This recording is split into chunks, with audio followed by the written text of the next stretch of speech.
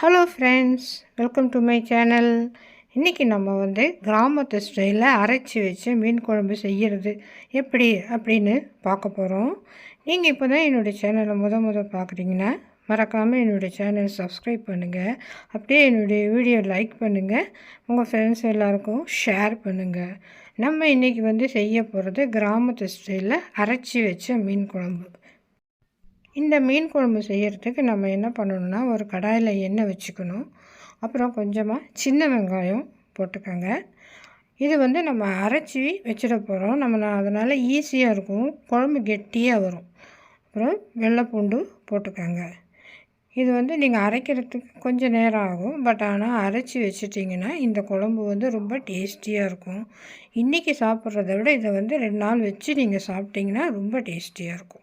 இப்போ நம்ம வெங்காயம் தக்காளியும் போட்டுக்கோங்க. இப்போ வெங்காயம், தக்காளி, வெள்ளைப்பூண்டு எல்லாத்தையும் போட்டு நல்லா வதக்கிட்டோம். இந்த நேரத்தில் நம்ம மசாலா பொடியெல்லாம் சேர்க்க போகிறோம். இப்போ பார்த்திங்கன்னா நீங்கள் நல்லா வெங்காயம் தக்காளியெல்லாம் வதங்கி இருக்குது பாருங்கள். இந்த நேரத்தில் நீங்கள் ஒரு டேபிள் ஸ்பூன் புளியும் சேர்த்துக்கோங்க. புளியை நம்ம கரைச்சி விடாமல் நான் புளி பேஸ்ட்டாக சேர்த்துருக்கேன். உங்களுக்கு புளி இருந்ததுன்னா நீங்கள் கரைச்சி அதை அப்புறம் கூட போட்டுக்கலாம். இப்போ ஒரு டேபிள் ஸ்பூன் மிளகாய் பொடி போட்டுக்கோங்க. அதுக்கு 2 டேபிள் ஸ்பூன் தனியாத்தூள் போட்டுக்கோங்க. அப்புறம் மஞ்சத்தூள் போட்டுக்கோங்க. போட்டு நல்லா நீங்கள் நல்லா வதக்கிடுங்க. வதக்கிட்டு கொஞ்சம் நேரம் அதை ஆற விட்டுருங்க. ஆறுனப்புறம் மிக்சியில் நல்லா அரைச்சி வச்சுடுங்க.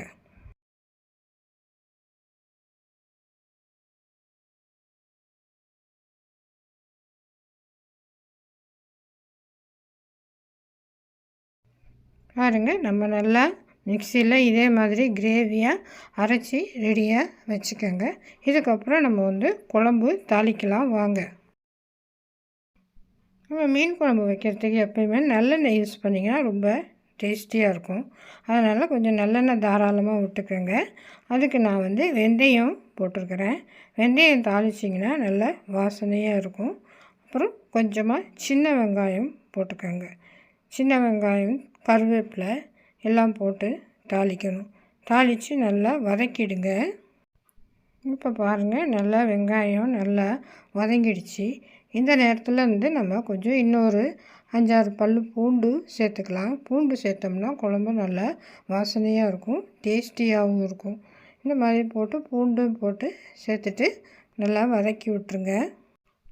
பூண்டு வதங்கினப்புறம் நம்ம ஏற்கனவே அரைச்சி வச்சோம் பாருங்கள், அந்த வெங்காயம் தக்காளி பேஸ்ட்டு அதை போட்டு அந்த பேஸ்ட்டையும் கொஞ்சம் நேரம் நல்லா எண்ணெயில் நல்லா வதக்கி விடுங்க.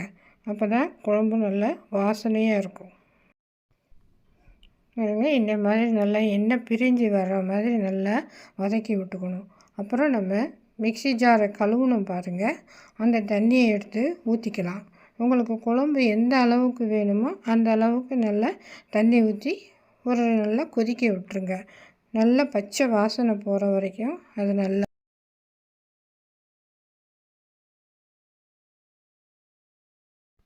இப்போ பாருங்கள், குழம்பு நல்லா எண்ணெய் பிரிஞ்சு வந்திருக்கு. இந்த நேரத்தில் நான் தேங்காய் பால் ஊற்றுறேன். தேங்காய் பால் ஊற்றுனீங்கன்னா குழம்பு நல்லா டேஸ்டியாக இருக்கும். தேங்காய் அரைச்சி ஊற்றினோம்னா ரொம்ப கெட்டியாக இருக்கும். அதனால் நான் தேங்காய் பால் ஊற்றிருக்கேன். தேங்காய் பால் ஊற்றி நல்லா கொதி வரட்டும். கொதி வந்தோடனே கழுவி வச்ச மீனை எடுத்து அதில் போட்டுடலாம். மீனை போட்டப்புறம் நீங்கள் ரொம்ப கரண்டியால் ஆட்டக்கூடாது. அப்படியே கொஞ்சம் நேரம் கொதிக்க விட்டு பாருங்கள், இந்த மாதிரி மீன் வெந்தப்புறம் நம்மளுடைய டேஸ்டியான கிராமத்து ஸ்டைல் மீன் குழம்பு ரெடி ஆயிடுச்சு. ஓகே ஃப்ரெண்ட்ஸ், பார்த்தீங்களா நம்மளுடைய மீன் குழம்பு எவ்வளோ டேஸ்டியாக ரெடியாக இருக்குது. உங்களுக்கு இந்த வீடியோ பிடிச்சிருந்தா லைக் பண்ணுங்கள், ஷேர் பண்ணுங்கள், உங்கள் ஃப்ரெண்ட்ஸ் எல்லாருக்கும் சப்ஸ்கிரைப் பண்ணுங்கள். எப்படி இருந்தது எனக்கு கமெண்ட் பண்ணுங்கள். தேங்க்ஸ் ஃபார் வாட்சிங்.